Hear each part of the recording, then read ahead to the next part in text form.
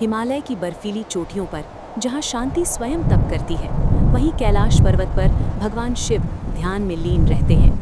उनके शरीर पर भस्म, जटाओं में गंगा, मस्तक पर चंद्रमा और गले में लिपटा हुआ एक भयानक प्रतीत होने वाला परंतु शांत नाग।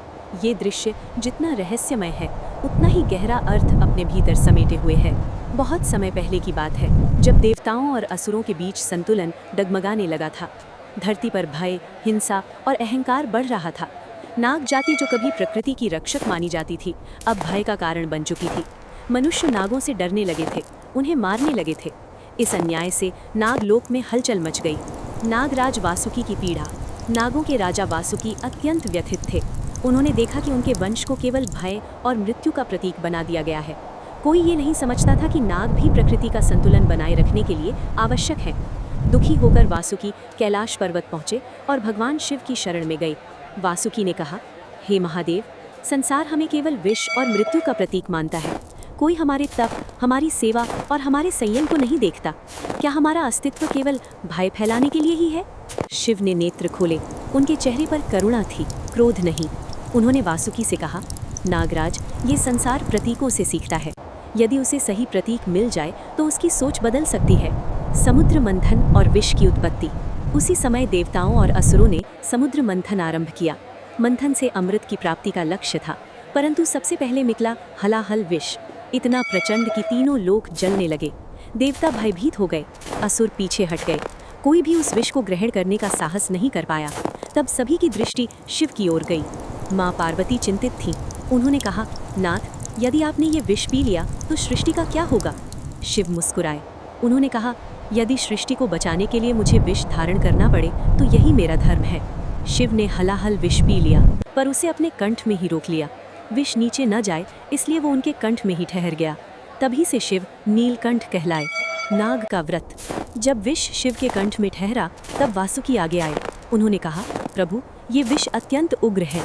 यदि मैं आपके कंठ के चारों ओर लिपट जाऊं तो इसकी उष्णता को संतुलित कर सकता हूं। शिव ने अनुमति दी। वासुकी शिव के गले में हार की तरह लिपट गए। उनका शीतल स्वभाव विष की तीव्रता को नियंत्रित करने लगा। उसी क्षण से नाग शिव के गले का आभूषण बन गया। गले में नाग का अर्थ। भगवान शिव ने तभी घोषणा की, नाग अहंकार का प्रतीक है। सांप कुंडली मारकर बैठता है, जैसे मनुष्य का अहंकार। शिव उसे अपने गले में रखकर दिखाते हैं कि जिसने अहंकार पर नियंत्रण पा लिया वही सच्चा योगी है। विष पर नियंत्रण। संसार विष से भरा है, क्रोध, ईर्ष्या, लोभ। शिव ये सिखाते हैं कि विष को नष्ट नहीं बल्कि नियंत्रित करना चाहिए। मृत्यु पर विजय। सांप को काल का प्रतीक माना जाता है। शिव उसे धारण कर ये दर्शाते हैं कि वे मृत्यु से परे हैं, महाकाल हैं। भय को आभूषण बनाना। जिससे संसार डरता है, शिव उसे आभूषण बना लेते हैं। यही वैराग्य और निर्भयता का संदेश है। पार्वती का प्रश्न। एक दिन माँ पार्वती ने प्रेम पूर्वक पूछा, स्वामी, आप सोने चांदी के हार क्यों नहीं पहनते? ये नाग क्यों?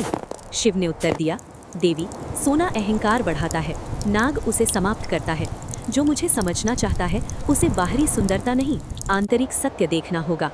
संसार की सीख।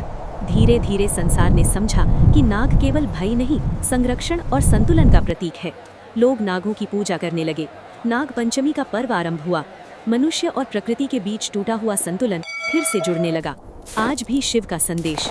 आज भी जब हम शिव को देखते हैं, गले में सांप, आंखों में शांति और हृदय में करुणा, तो हमें ये सीख मिलती है कि जो भीतर के विष को साध ले वही शिव है। जो भय को गले लगा ले वही मुक्त है। इसलिए भगवान शिव अपने गले में सांप धारण करते हैं, न डराने के लिए बल्कि डर से ऊपर उठने की शिक्षा देने के लिए।